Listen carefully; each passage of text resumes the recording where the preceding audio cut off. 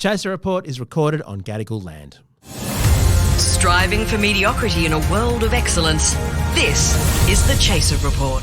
Hello and welcome to the Chaser Report with Dom and Charles. Hang on, Charles. It's not just us today. There seems to be a third, smaller person in the room. That's right. For the first time this year on the podcast, please welcome my 12-year-old son, Angus Firth. Hello. How's everybody going? Charles, we didn't quite talk about what this was going to be. What's going on? Is it bring your 12-year-old son to work day, or has he got some thoughts on Australian politics to contribute to the mix?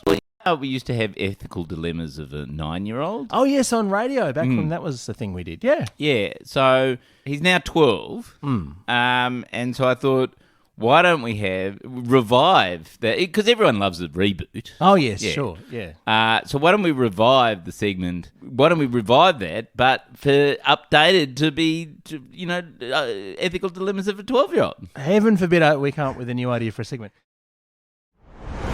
Okay, now, Angus, I believe you've got some ethical dilemmas that you would like to raise with us. Yeah, I've only got 3 until I go to bed. It's 6:30 right now. 6:30 p.m., 17th of May, 2023. Are we still trying to maintain the fiction that we get up very early in the morning and record these at 4 a.m? Yeah, Angus, you've just destroyed the myth. What we actually pretend is that we get up at 4 a.m. each day and record them on the 18th of May. Fresh. That's right. But that's the first ethical dilemma resolved. That was wrong, and Angus is telling the truth. Okay. Okay, so what is your first ethical dilemma? Okay, so the first, all 3 are would you rather questions. Okay. Just do one at a time. Okay. Question 1. Would you rather have the ability to see 10 minutes into the future or 150 years into the future? What a great question. Well, I mean, look, if you're listening, you can just skip forward 10 minutes. That's absolutely, if we can work out what the third ethical dilemma is by that point. Oh, that's really interesting. See, I think 10 minutes would definitely be more useful. You'd make a lot more money out of betting. You would make a lot of money. Like, imagine the markets. Yeah. You just... Well, maybe that's Warren Buffett's secret superpower. My God, you would actually make money out of crypto if you could see 10 minutes into the future. It's the only possible way to do it, as far as I'm aware. Even Lotto. Lotto would totally work. Yep. 10 minutes. Lotto would work. Melbourne Cup, you'd become a legend. But also, awkward conversations would be so brilliant. Like when your boss brings you into a room and says, "Look, there are just a few things I need to raise." Yes. You could work out whether to say, "Look, you know what? Don't bother. I'm out of here." Abuse it, or just go along. You would know. But you'd be able to see, look, there's complaints about what a smart ass you are because you always predict things that are 10 minutes in the future. That's right. That's really.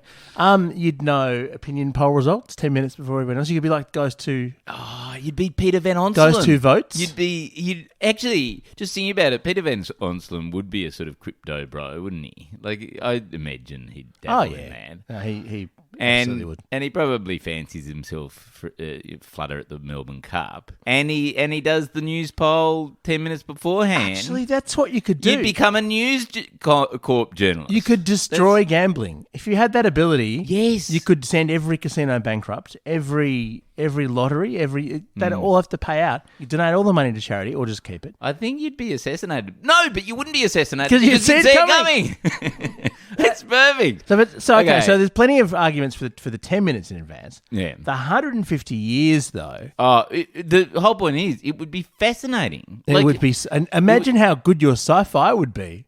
Everyone would say, Angus Firth came up with the incredibly visionary books that predicted exactly what was going to happen. 150 years. They'd call him the maestro. It would be like Van Gogh, though, wouldn't it? You'd die a pauper. Yeah. Because everyone would go, these are stupid. But in 150 years. Yeah. What do you mean hover trains? Yeah. What do you mean it's the same as it was in 2024? Hang on a second. Can I ask a follow-up question, Angus? In 150 years' time, broadly speaking, is the world going to be far more terrible than it is now? Because it strikes me that there's a very high chance that in 150 years, you'd be looking into an absolute living hell that would be miserable. Well, my theory is that everything will be grown out and there'll be vines on everybody's houses and the air would just be like linfins. Oh, right. What's infinite? You like lichens or something, or is it? Very polluted. Oh, Very polluted. so it's a dystopia. So in 150 years' time, and then what you would I mean, do? that's the voice of the youth of Australia, that's isn't the it? youth of Australia. I think and Angus counts as one of the more hopeful Yeah, youth I mean, of Australia. we talked earlier in the week on the podcast, Angus, about how 70 years ago, I didn't know this, 70 years ago was the first prediction of climate change, which was completely accurate.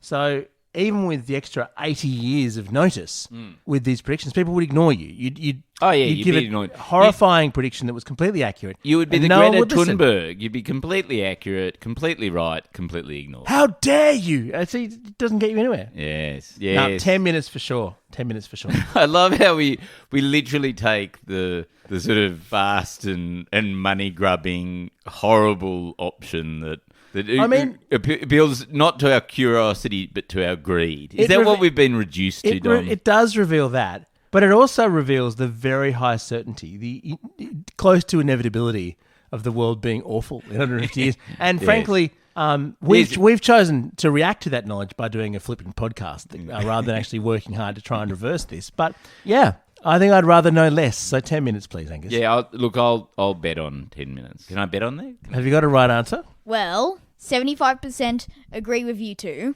Oh, wow. Okay, great. Okay, second question. Would you rather have telekinesis, in brackets, the ability to move things with your mind? I don't know if that'll be very useful. Okay. Or telepathy, the ability to read minds. So move things with your minds or read minds. Can I move hearts with my mind? No, just You physical cannot. objects. All right, fine. No, well, but surely if you could read minds, you could work out what she was thinking and therefore move her heart. Oh, Because you know what. hang on a she's second. thinking. Isn't there a scientific document on this? Isn't there a Mel Gibson movie called Oh, what women want? So Yes. given that exists, surely But if the answer to that question was ever Mel Gibson, it doesn't make telepathy seem like a very good option. How big can the objects be that you can move with your mind? Can you move They like? can be in any size. Well, the maximum size would have to be the size of the Eiffel Tower. Oh, Okay. Rightio. That's pretty heavy. Yeah, that's pretty good. That's very useful. You could get a job in construction. You could imagine the mining you could do. Gina Reinhardt would hire you in seconds. You could just completely Just to ruin move everything. her around. Actually, that's true. You'd win every fight. That'd be because you could move people. Presumably, Yes, at you this could. point. Yes, that's so. My immediate reaction was definitely telepathy because actually walking into a room and knowing what everyone's thinking, It'd make you a could good be great. But negotiator.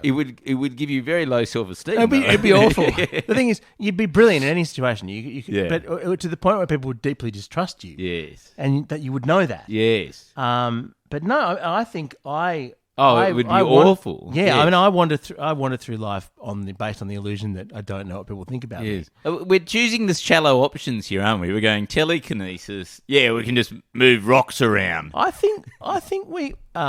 That's one way to put it. But also, what if we could assemble things for the good of humanity? Like for instance, the Yes. pyramids. Maybe the pyramids occurred because somebody said yes to this question and got telekinesis, and that's how they managed to build the pyramids. Maybe we could build giant artworks. Maybe we could build a stadium in Tasmania. Oh, the most yes. useful thing in the Yes. entire world. That's great. Okay. Well, telekinesis is the answer. But you could end wars too, couldn't you? Oh, yeah, but you wouldn't bother. And you could go to Ukraine and just move all the Russians back to Russia. That'd be boring, though. I think build stadiums. Yeah, no, that was a better theory, wasn't it? So, have you made your final answer?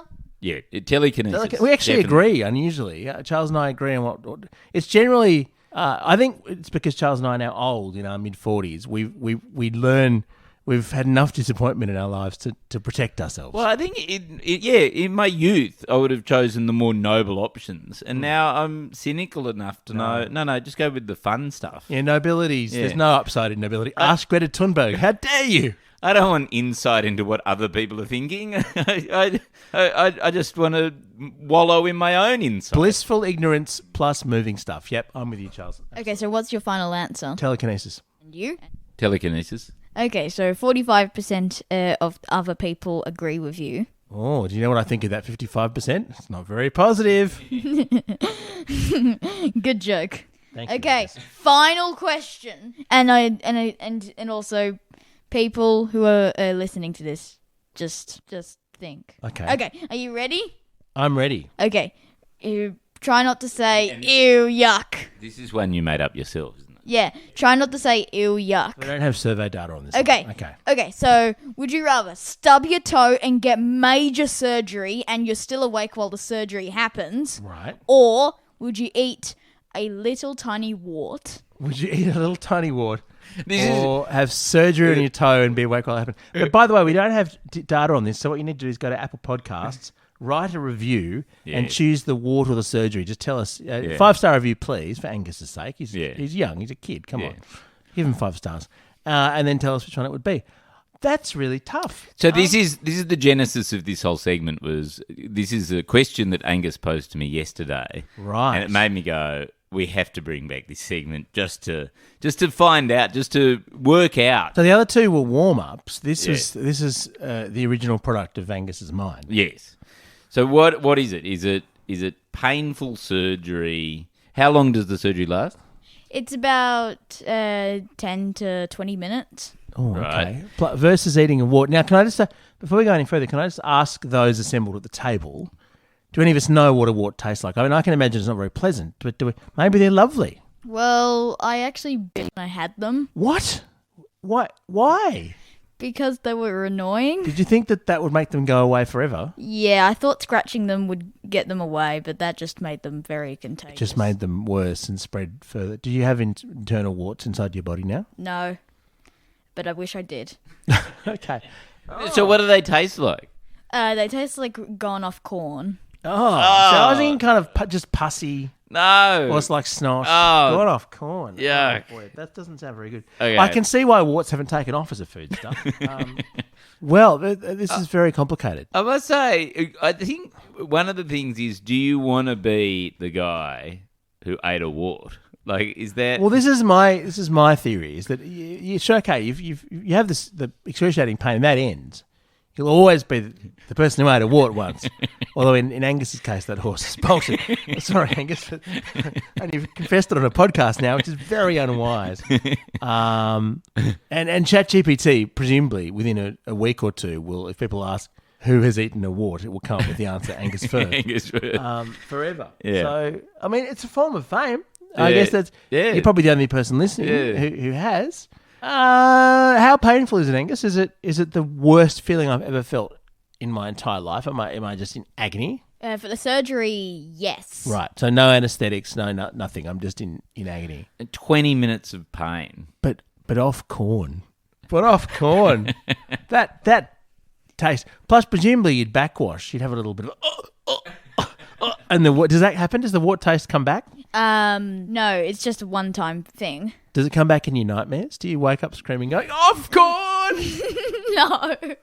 I mean, I did have a nightmare about off corn, and it said, warts are inside your body.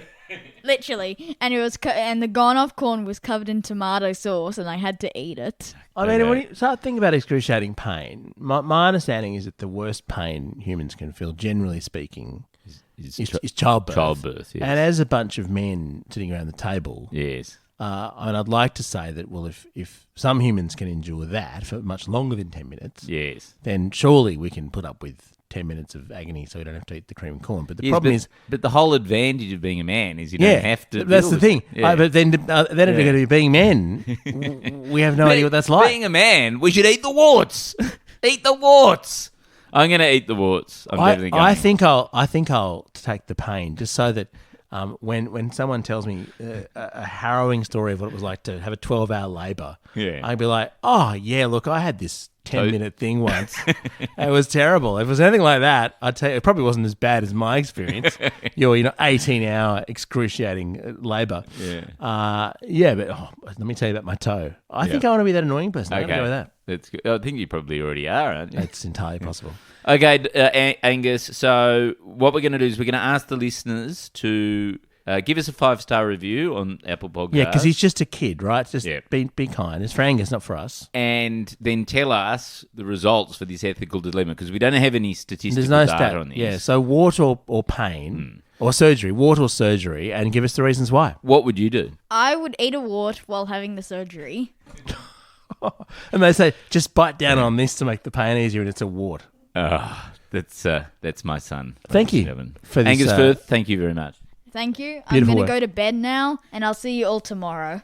Don't bite off any warts on your way.